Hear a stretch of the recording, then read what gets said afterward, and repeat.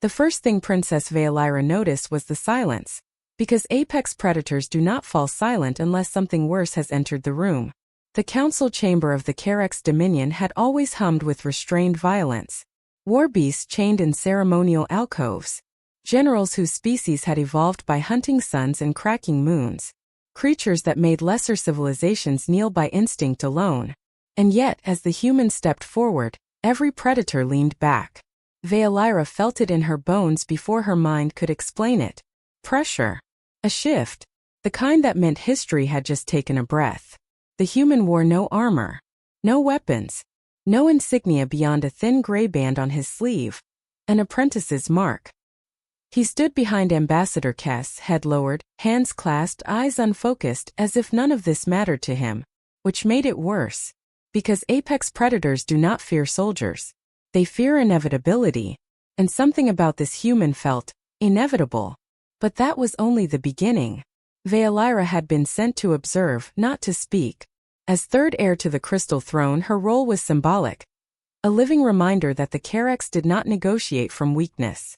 The Dominion had absorbed 1,000 species, crushed 100 rebellions, and now stood at the edge of war with humanity. Humans. Soft. Brief-lived. Emotionally unstable. At least that's what the data said. The Dominion scouts had marked Earth as prey centuries ago. But Earth had changed faster than expected. Ships appeared where none should exist. Colonies bloomed in hostile systems. And worse, human vessels survived encounters they should not have. So the Council demanded explanations. Ambassador Kess provided them. Polite words. Careful concessions. Promises of limited expansion. Veolyra listened with half an ear. Her attention kept drifting back to the apprentice. He didn't look afraid. Not defiant either. Just present. Like someone watching a storm roll in. Already knowing where the lightning would strike. What is his function? Growled General Threx, his mandibles clicking. Threx's species hunted by sound. Even whispering prey triggered instinctual slaughter. The human did not flinch. Kess smiled nervously. That is Elias Ward. A systems apprentice. Here to observe. A ripple moved through the chamber. An apprentice. Veolyra almost scoffed. Almost. But then she noticed the war beasts tightening their chains. Not pulling forward. Pulling back. What I saw next changed everything. The first disruption came from the Apex Guard, the Dominion's living weapons. 7 towering figures, engineered across millennia to dominate any battlefield. They had never retreated. Not once in recorded history. Until now. One by one they shifted their stance. Subtle. Almost imperceptible. Except to Veolyra. Their pupils dilated. Breathing slowed. Neural spines flattened. A submissive reflex reserved for creatures that sensed extinction-level threats. Her pulse quickened. This wasn't fear. It was recognition. General Threx noticed too. His mandibles froze mid-click. Human, he hissed. Why do my guards recoil from your presence? All eyes turned to Elias.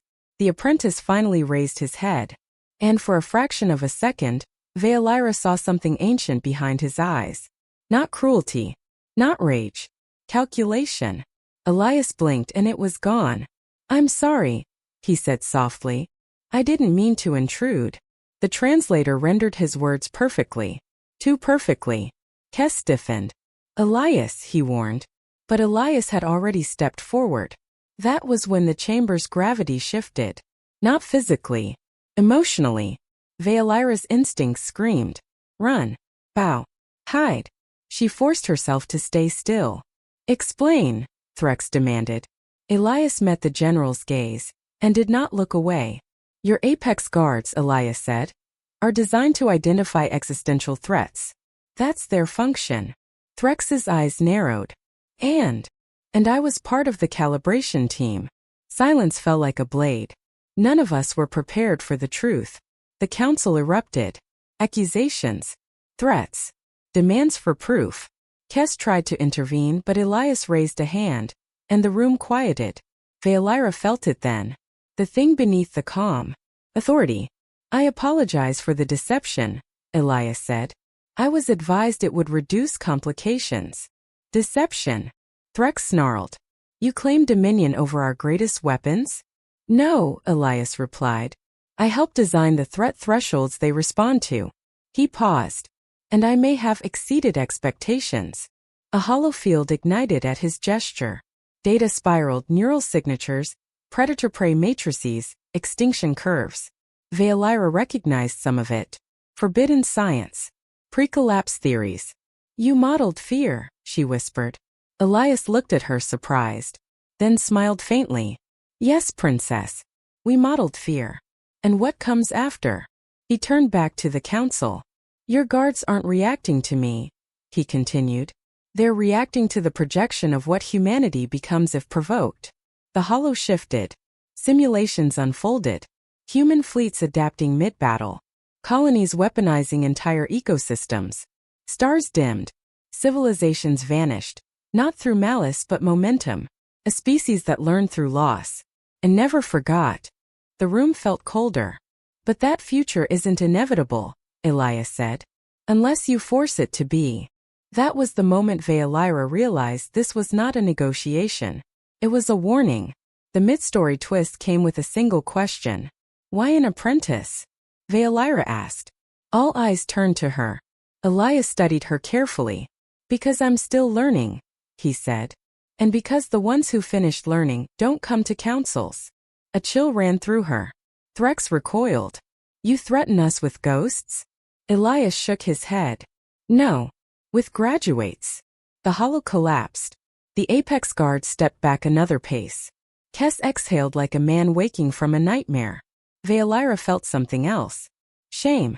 Because part of her had wanted to see that future burn. The council adjourned in chaos. Emergency signals flared.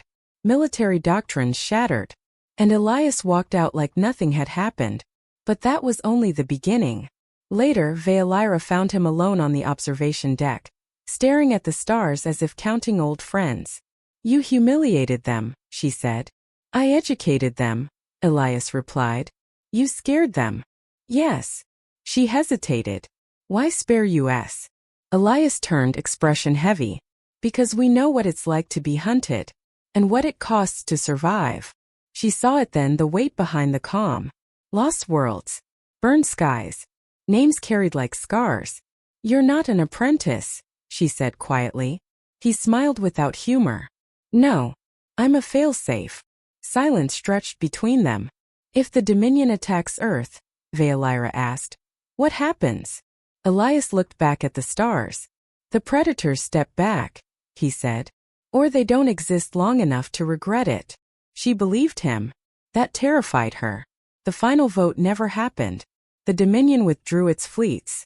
Classified humanity as a non-hostile anomaly. Trade corridors opened. Borders stabilized. History recorded it as a diplomatic miracle. Veolyra knew better. She stood beside Elias as human ships departed, sleek and unassuming, hiding depths no scanner could measure. You could have destroyed us, she said. Elias nodded. Yes. Why didn't you? He met her gaze. Because we're still apprentices too, he said. And we're trying very hard to graduate without becoming monsters. The stars reflected in the viewport. Fragile, beautiful, dangerous. And somewhere deep in the Dominion's genetic memory, apex predators dreamed of a quiet human who made them step back. The universe had learned a simple truth that day. Humanity did not roar. It arrived. And everything else learned when to move aside.